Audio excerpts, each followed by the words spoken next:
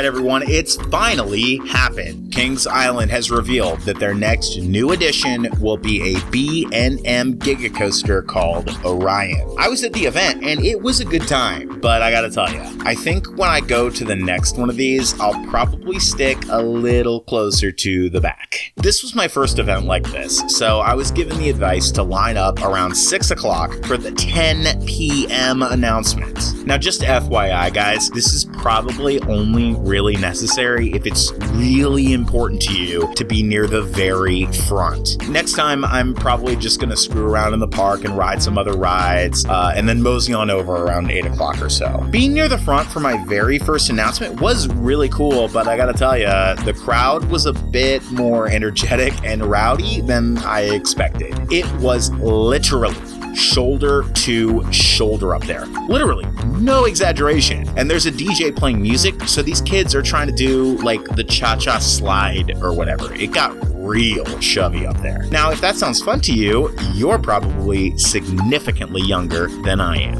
It was what I imagine it would be like to be in a mosh pit, but one at like a Mormon Christian rock concert. Just a little heads up in case you end up getting the chance to go to an event like this somewhere, sometime in the future. Anyway, KI Coaster Guy here, and like many of you, I was following the lead up to this event very closely over the last few months. So there really weren't any surprises here for me as far as what Orion was going to look like and what the stats and the layout were going to be.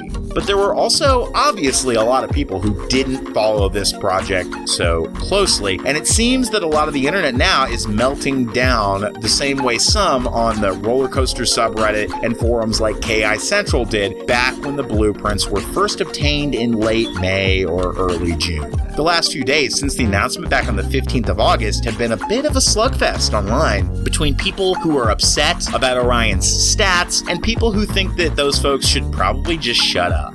For my part, I'm really excited to get a ride on this thing next April. I'm hoping to be there on day 1 and maybe even day 2 as well if I can swing that. But I do want to talk a bit about this reaction because most people seem to be taking a hard stance on one side or the other. And while I definitely have my own opinions here, I really can see why some people are a bit underwhelmed. But I can also totally understand why others are finding these negative reactions so irritating. So with that, let's get into it. Here we go.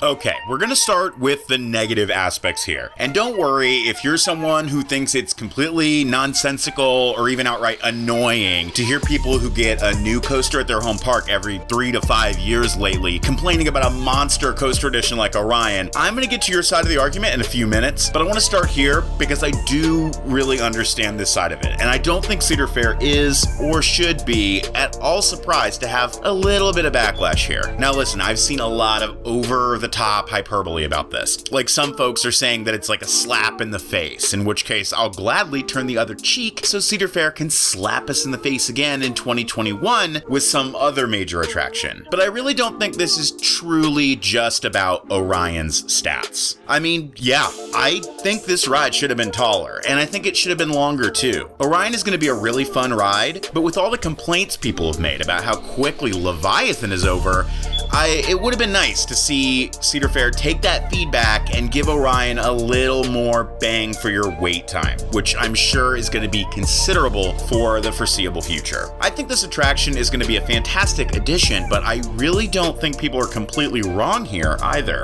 I do think the bigger part of what makes Kings Island fans at least so upset is the idea that Cedar Fair could be making decisions with the mindset that Cedar Point always has to be better than Kings Island in every single way. I just think this is a really sad and kind of gross idea, and I really don't like it. People say this all the time, and I think that part of the reason it grates on my nerves so much is that sometimes I worry it might be true. This notion has been around since Cedar Fair bought the park, and unveiling the shortest Giga coaster in the world, in height anyway, has done absolutely nothing to persuade suspicious Kings Island fans that this isn't the case. I was watching the trailer analysis video from Taylor over at Coaster Studios, and I couldn't agree with him more. If it's the case, which I suspect it could be, that Cedar Fair is building this thing the way they are to avoid upstaging Millennium Force, which is about 20 years old, by the way, that would be a very wrong-headed and disappointing turn of events, in my opinion. Personally, I really hope that it has more to do with some kind of budget cut due to the price of steel or something than have it be because this is the kind of management decision we can expect to see at Kings Island for the entirety of Cedar Fair's ownership. Now, Kings Island is a fantastic park, and adding a big, swooping coaster with a 300-foot drop can only make it better. But I really think Kings Island fans were hoping for our Steel Vengeance moment. KI has some great rides,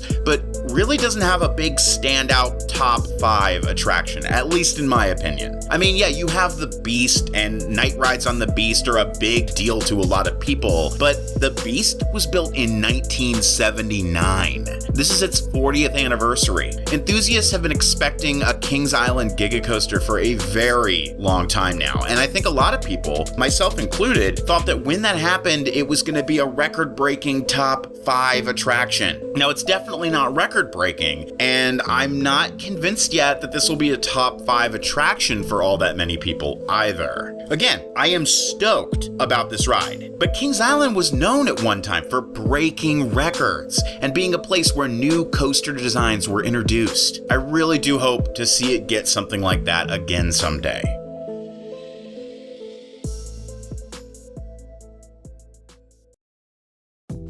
Now, on the other hand, if you look at other parks in just the Cedar Fair chain alone, like Valleywood, Dorney Park, and the unfortunate butt of every joke about how things could be worse for your home park, Michigan's Adventure. Sorry, Michigan's Adventure. Not to mention just other parks in general, like Six Flags Great Adventure, which is crazy, by the way. I mean, this is one of the top parks in the US. When is Six Flags gonna build something big there again? It makes sense to think about how annoying it might be for people who live near those parks to listen to Kings Island fans droning on about how not big enough their new Giga coaster is. Regardless of where Kings Island ranks in priority for the company against Cedar Point's, I think a teaser on that one could be hidden in the name somewhere. It's clear that Kings Island is a very big priority for Cedar Fair. In fact, I do think there's another way of looking at all this. Is it possible that it's just that Cedar Fair couldn't justify the expense of building something like Fury at Kings Island because of the rapid pace at which they've developed the park?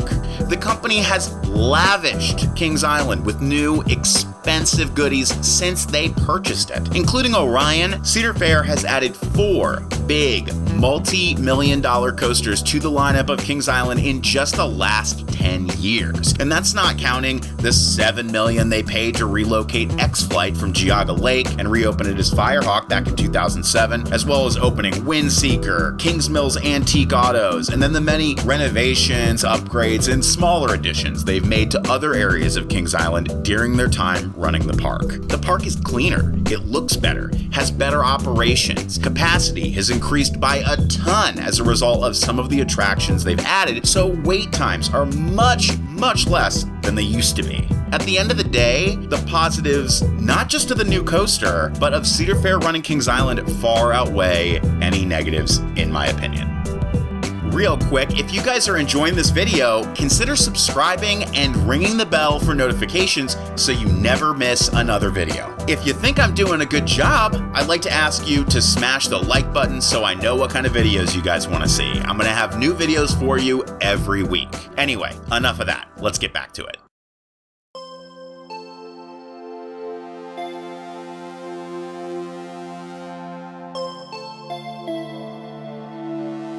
So my final thoughts go a little something like this. The reason we even spend time watching and making YouTube videos about this stuff, tweeting and taking pictures, reading each other's trip reports on the roller coaster subreddit, hanging out in our favorite park forums, buying season passes for over $100 and then adding another $120 for food and another $30 for drinks, standing shoulder to shoulder smelling each other's armpits waiting for the announcement of a new roller coaster. It's all because we love this stuff. Now, if I thought that complaining on social media might have some chance of getting them to toss another 50 feet onto the top of Orion's lift hill, I'd understand doing it. Hell, maybe I'd be right there with you. I mean, come on, who doesn't want another 50 feet added to the drop if they can get it? But it won't. It won't do that. The money's been spent. The ink is dry. It's a done deal. I'm not going to be one of those people that tells you it's all because the only thing that matters to theme parks are the GP, because I really don't think that's true.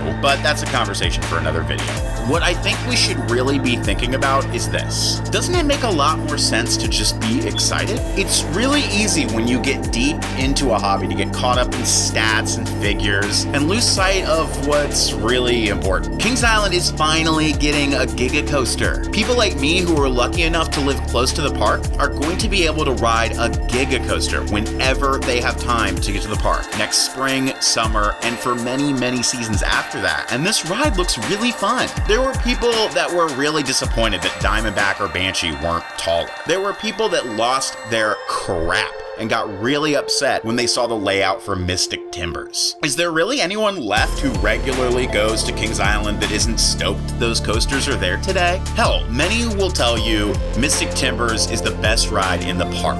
What this coaster isn't is really not relevant now. The only thing that matters is what it is. For Kings Island fans and enthusiasts everywhere, I really think it's just time to be really happy that there's going to be a new Giga coaster to ride next year. I know I am. Now, there are things I don't like about this. This isn't what I would have built if I was in charge of it and had been given carte blanche, or at least I wouldn't have built it so short. I'm sure it's not even what Kings Island would have built if it was all up to them and they had been given carte blanche, because I'm sure it wasn't, and I'm sure they weren't. Once we get into our cars, though, to head to KI for the first time next year and see this thing just dominating the skyline as we drive up, I really don't think we're going to be thinking about how we wish it was taller. It's going to be a really cool moment. For those of you that are totally just excited and have no complaints whatsoever, just keep on being excited. Enjoy this moment. April will be here before you know it. And for those of you who are feeling a little bit let down, chin up, y'all. All right, 2020 is going to be an absolutely incredible season. No doubt. And don't sleep on Orion. I think this thing could surprise all of us. Mystic Timbers did. And that all clear means I'm out of here. So thank you guys for watching, and I will see you on the next one.